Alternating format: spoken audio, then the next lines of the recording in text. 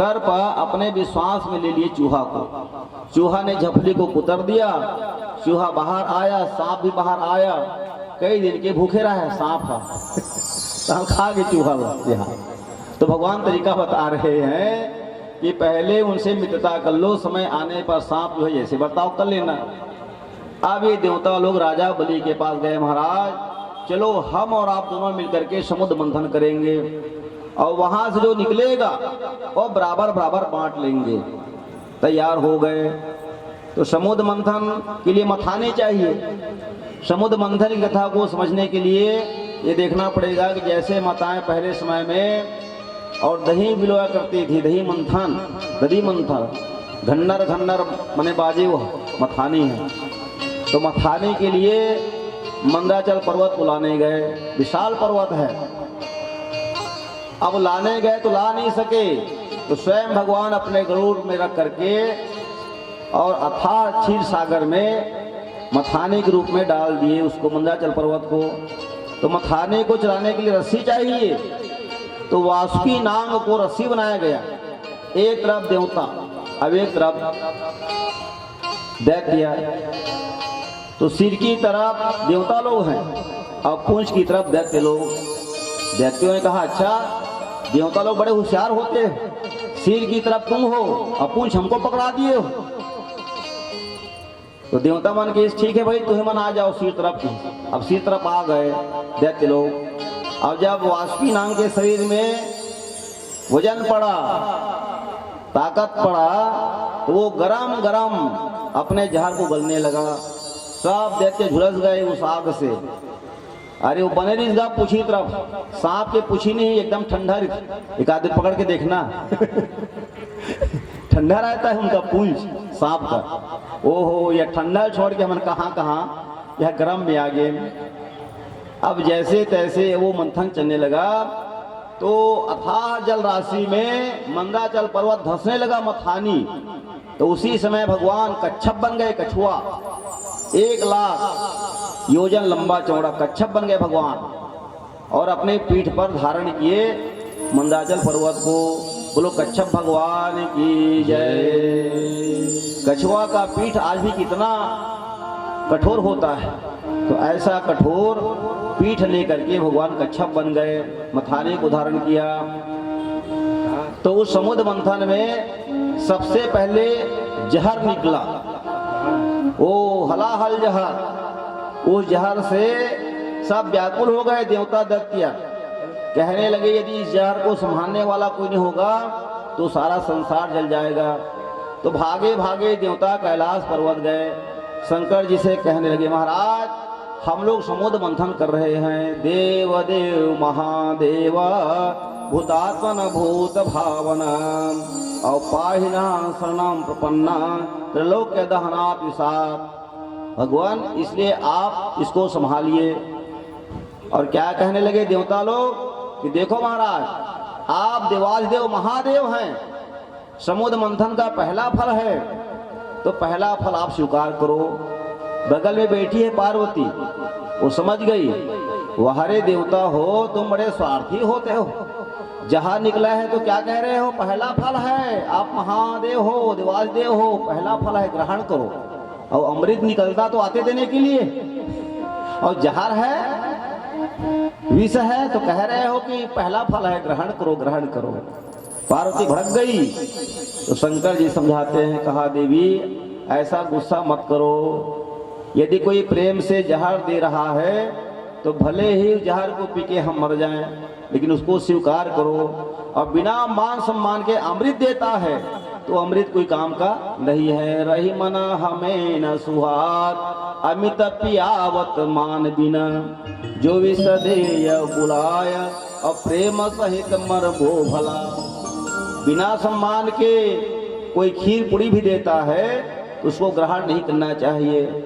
और प्रेम से यदि वो खिचड़ी देता है तो खिचड़ी में अमृत है, खिचड़ी में अमृत है। जिसे भगवान कृष्ण हस्तिनापुर आए और विदुर महाराज की पत्नी सुलभा ने एक दिन कहा देखो तो भगवान द्वारकाधीश हस्तिनापुर आते हैं, राजा महाराजा के घर आते हैं, अब हम लोग गरीब आदमी हैं, तो हम गरीबों के घर भगवान नहीं आते हैं। विदुर ने कहा, नहीं देवी, ऐसा नहीं है। भगवान के लिए क्या अमीर क्या गरीब, वो सबके घर जाते हैं।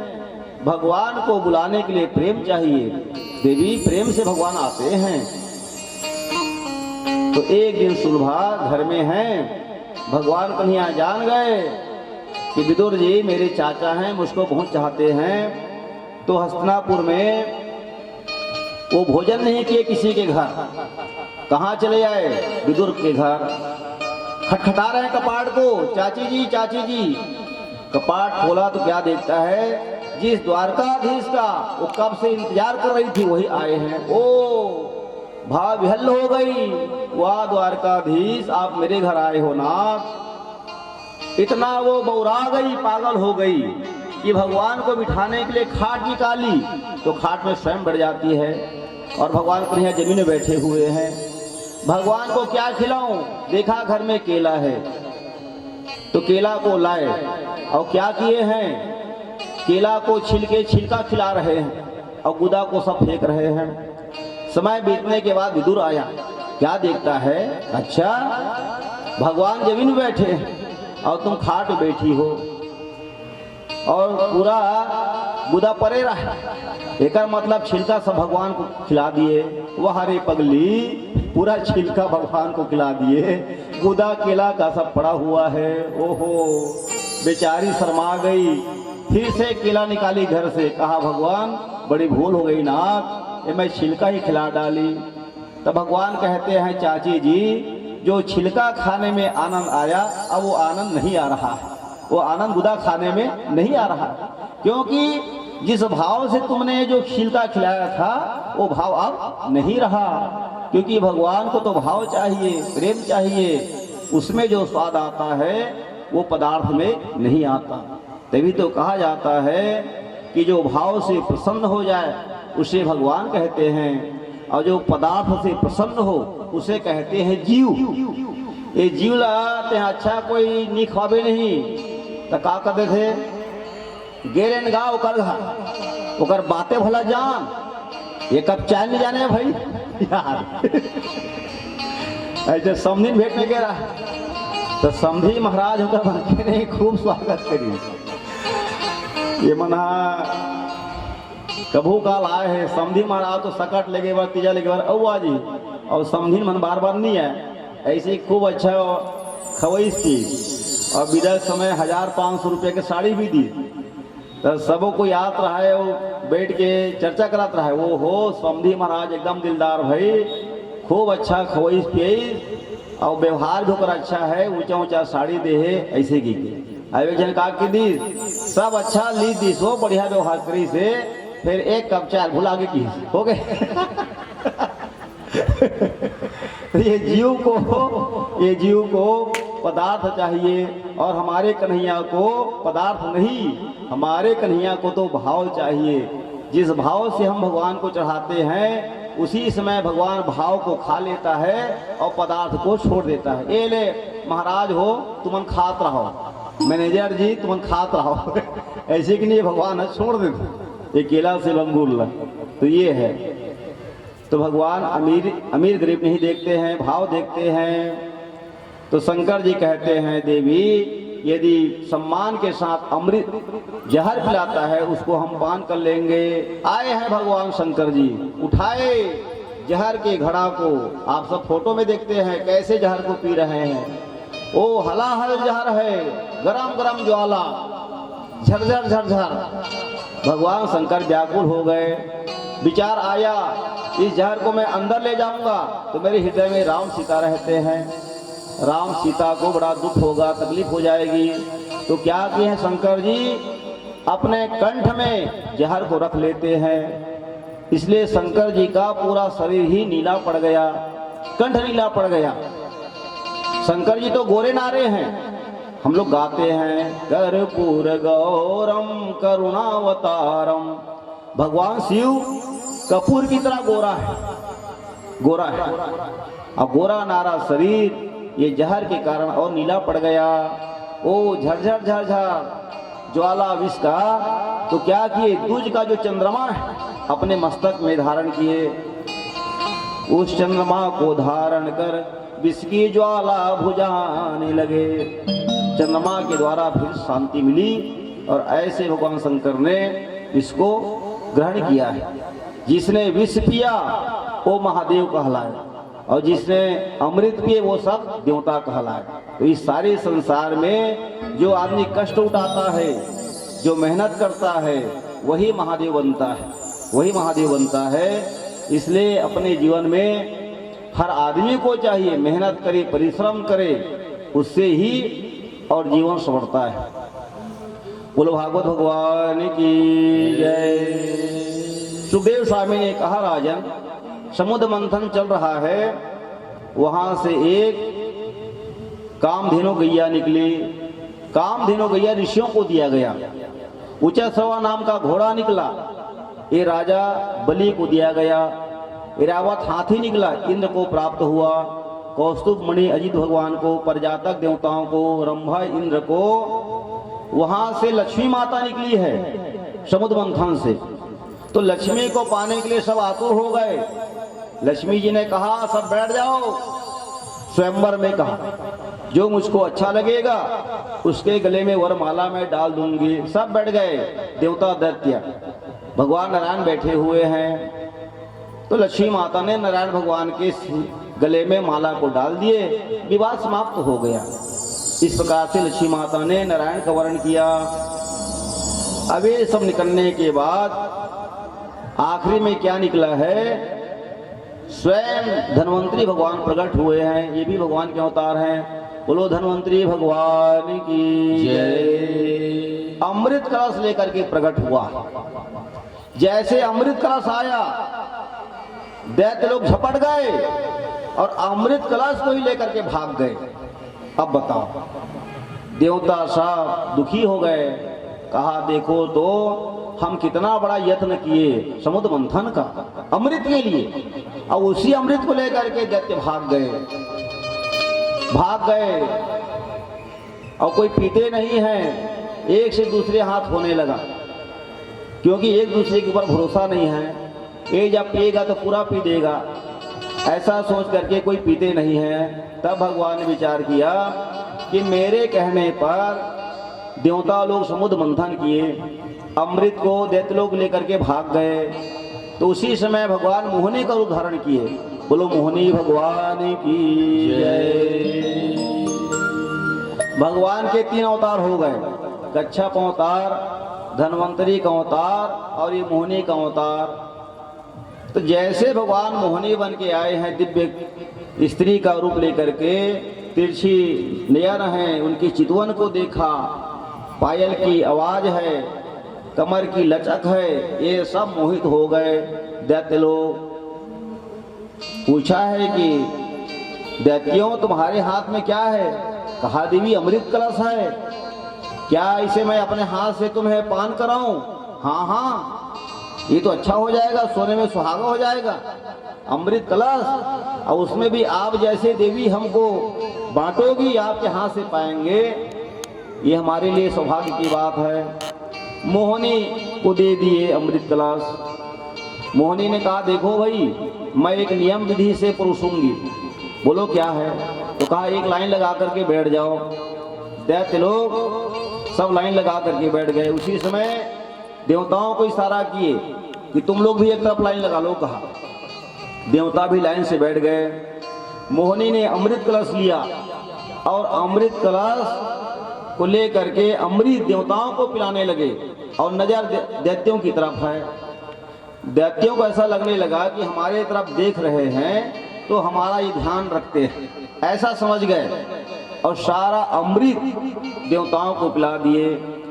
लेकिन राहु नाम का जो दैत्य है वो समझ गया कि अमृत तो बट रहा है देवताओं में, तो जहां सूर्य चंद्रमा बैठे थे बीच में आकर के बैठ गए।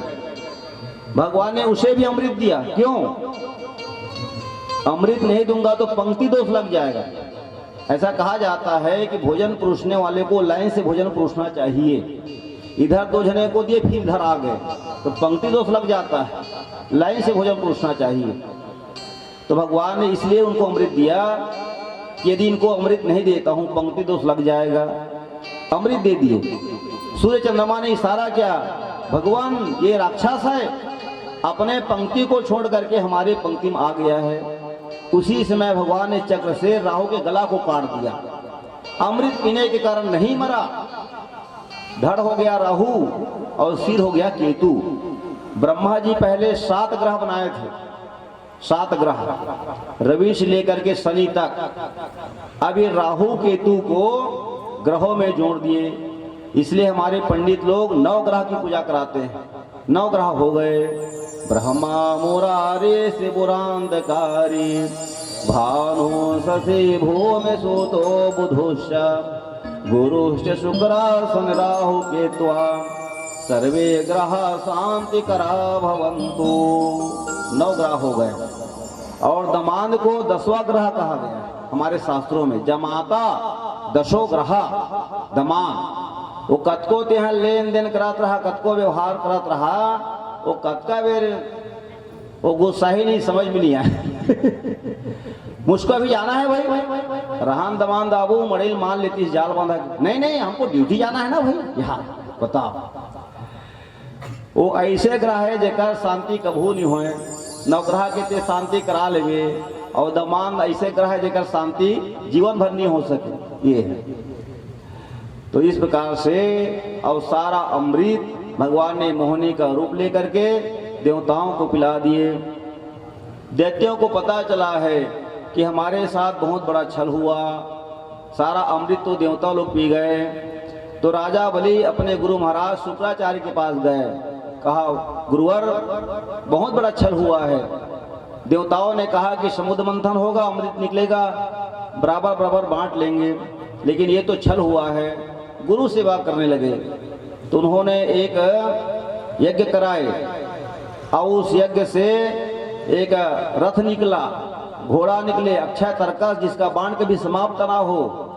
ये सब लेकर के राजा बलि ने देवताओं के साथ संग्राम कर दिया। इसी को देवासुर संग्राम कहा गया। और देवासुर संग्राम में देवता सब मरने लगे, सब हारने लगे। तो परीक्षित महाराज ने पूछा है, भाई अमृत पी लिए हैं तो क्यों मर रहे हैं देवता? तो सुखदेव स्वामी कहते हैं कि छल पूर्वक अमृत प्राप्त किए थे, इसलिए उस अमृत का असर नहीं हुआ। और फिर क्या हो गया? राजा बलि ने फिर आक्रमण करके और अमरावती पर कब्जा कर लिए, स्वर्ग के फिर राजा बन गए। ये कथा सुना रहे हैं सुखदेव स्वामी जी महाराज। बोलो भागवत भगवान की जय, कृष्ण कन्हैया लाल की जय। बांके बिहारी जय हो तू भारी, बिहारी जय हो तू भारी। बांके बिहारी जय हो तू भारी, बांके बिहारी जय हो तुम्हारी, बांके बिहारी जय हो तुम्हारी, बांके बिहारी जय हो तुम्हारी। जय हो तुम्हारे लाला, जय हो तुम्हारी, जय हो तुम्हारी लाला, जय हो तुम्हारी, जय हो तुम्हारे लाला, जय हो तुम्हारी, जय हो तुम्हारे लाला, जय हो तुम्हारी। बांके बिहारी जय हो तुम्हारी, बांके बिहारी जय हो तुम्हारी, लीला बिहारी जय हो तुम्हारी, लीला बिहारी जय हो तुम्हारी, लीला बिहारी जय हो तुम्हारी, लीला बिहारी जय हो तुम्हारी। अब से खड़े हैं द्वारे तिहारे, अब से खड़े हैं द्वारे तिहारे, अब से खड़े हैं द्वारे तिहारे, अब से खड़े हैं द्वारे तिहारे, अब से खड़े हैं द्वारे तिहारे, अब से खड़े